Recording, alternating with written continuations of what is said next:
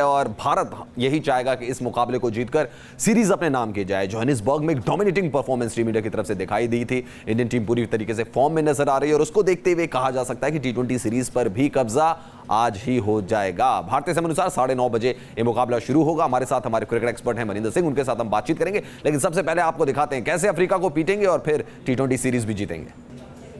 तो भारतीय टीम ने दमदार तरीके से पहला टी20 मुकाबला जीता था, 28 रनों से जीत दर्ज की थी और इसलिए हम कह रहे हैं कि दूसरे मुकाबले में भी टीम इंडिया भारी पड़ेगी साउथ अफ्रीका पर। मनी सर, पहला मुकाबला इंडिया ने जीता है, दूसरा मुकाबला क्योंकि सीरीज के लिए इंपॉर्टेंट है, आपको सीरीज जीतनी है, आपको लग रहा है शायद चेंजेस तो विराट कोहली नहीं करेंगे, लेकिन अगर पॉसिबिलिटी कहीं बन रही है प्लेइंग 11 में तो क्या नजर आ रही है आपको? नहीं, मुझे लग नहीं रहा है कि किसी तरह के बदलाव करने की जरूरत है, क्योंकि पिछले मैच में जो टीम खेली थी मुझे लगता है कि बिल्कुल सही बैलेंस था। और जब आप पहला मैच जीत चुके हैं, आपको सीरीज जीतनी है, तो आप ज़्यादा बदलाव करने वाले नहीं हैं। लेकिन बदलाव जो करना है वो ये करना है, जैसे रोहित शर्मा हो गए या सुरेश रैना हो गए, इनको अपनी सोच में बदलाव करना है। ये टी20 क्रिकेट है, ऐसा नहीं कि आपको हर बॉल पर ही शॉट मारना है। ये परेशानी वीरेंद्र सहवाग को भी हुई थी, उनको भी लगता था कि छोटा फॉर्मेट है, हर बॉल पर शॉट लगाने की ज़रूरत है, लेकिन ऐसा कुछ नहीं है। शिखर धवन ने दिखाया पिछले मैच में कि अगर आप क्रिकेटिंग शॉट्स खेलेंगे तो भी आप तेज़ी से रन्स बना सकते हैं। विराट कोहली ने बार बार ये चीज़ दिखाई है कि अगर आप क्रिकेटिंग शॉट्स खेलेंगे तो रन्स बनाए जा सकते हैं तेज़ी से। सो अगर कोई बदलाव करने की ज़रूरत है तो ये जो हमारे ऊपर के टॉप में बैट्समैन हैं उनको अपनी सोच में। चलिए मनी सर, ये तो हुई बात टॉप 3 की, क्योंकि टॉप 3 ने आपके हमेशा से रन बना के दिए, चाहे शिखर धवन हो, रोहित शर्मा हो, विराट कोहली हो, सारी बल्लेबाजी इन्हीं के इर्द गिर्द घूमती है। लेकिन अगर पिछला मुकाबला देखें जोहानिसबर्ग का, जहां से शिखर धवन आउट हुए, आपके पास कोई बल्लेबाज ही नहीं दिखाई दिया वहां पे जो हिटिंग कर सके, एक्सीलरेट कर सके। 203 तो बने, ये 225 भी जा सकते थे, 230 भी हो सकते थे। हाँ, मुझे भी ऐसा लग रहा था कि 220-225 तक स्कोर पहुंचना चाहिए था, लेकिन फिर साउथ अफ्रीकन बॉलर्स को भी क्रेडिट देना चाहिए। उन्होंने बेहतरीन तरीके से बॉलिंग की। उन्होंने ये भांप लिया कि इस पिच के ऊपर जितनी तेज बॉल आ रही है उतनी तेज शॉट्स लग रही हैं और उन्होंने स्लोअर वंस डालने शुरू किए। लेकिन खास बात यह है इंडियन टीम ने कितनी जल्दी ये पिक किया, क्योंकि आप अगर इंडियन टीम के फास्ट बॉलर्स को देखें, उन्होंने जिस तरह से वेरी की अपनी लेंथ, बॉल की स्पीड, स्लोअर वंस डाली। सो ये एक चीज़ बताता है कि इंडियन टीम कितनी जल्दी सीख रही है सामने वाली टीम को खेलते हुए देखकर।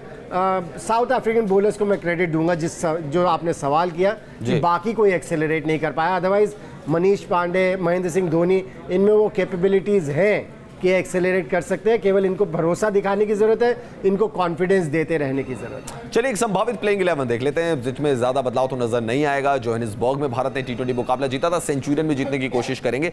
धवन ने 72 रन की पारी खेली थी पिछले मुकाबले में और भारतीय पारी को जो प्लेटफॉर्म होता है ना 200 रन के लिए, वो सेट किया था।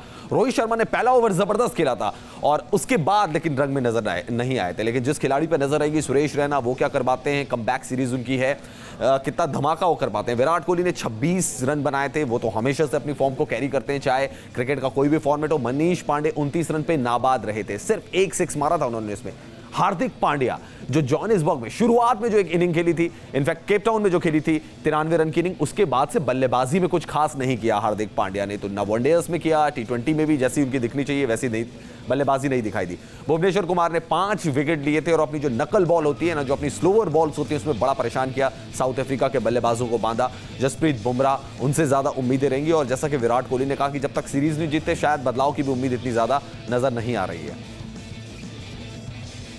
इसके अलावा युजवेंद्र चहल, कुलदीप यादव यहां पर आ सकते हैं जयदेव उनाडकट की जगह। ये एक विकल्प हो सकता है कप्तान विराट कोहली के पास। चलिए बात कप्तान विराट कोहली की भी करते हैं और विराट कोहली जो है सिर्फ 18 रन दूर हैं टी20 क्रिकेट में 2000 बनने से। क्या विराट के लिए आज वो दिन है? जैसी फॉर्म है आसान लग रहा है। विराट कोहली एक ऐसे बल्लेबाज है जिन्हें देख के ये लगता है कि वो कभी आउट नहीं होना चाहते हैं और हर इनिंग स्टार्ट करते हैं, बिल्कुल ऐसा लगता है सेंचुरी के लिए स्टार्ट करेंगे। मनी सर, वैसे तो 18 रन दूर हैं टी20 में, 2000 बनने से 1000 रन का रिकॉर्ड भी बना सकते हैं सर, विवियन रिचर्ड्स के बराबर जा सकते हैं अगर 130 रन बनाएंगे। लेकिन मुझे लग रहा है उससे कहीं ज्यादा फोकस इस पर होगा कि अपनी इनिंग ऐसी खेली जाए कि इंडिया को जीत दिलाई जाए। पहला फोकस तो उनका यही होगा, क्योंकि वो बार बार कहते हैं कि मैं रिकॉर्ड्स की तरफ नहीं देखता और शायद यही वजह है कि इतने रिकॉर्ड्स बनते चले जा रहे हैं। और ऐसा होता है जब आप रिकॉर्ड्स की तरफ सोचने लगे तो आपका फोकस, आपका कंसंट्रेशन कहीं ना कहीं खो जाता है। सो ये जो बात बोलते हैं, कई लोग तो केवल कहने के लिए कहते हैं, लेकिन विराट कोहली जब ये बात बोलते हैं तो समझ भी आती है। जहाँ तक ये 18 रन बनाने का सवाल है, आप देखें 56 मैचों में उन्होंने 18 अर्धशतक लगाए टी20 क्रिकेट में, यानी कि हर तीसरी इनिंग्स में उनका शतक है।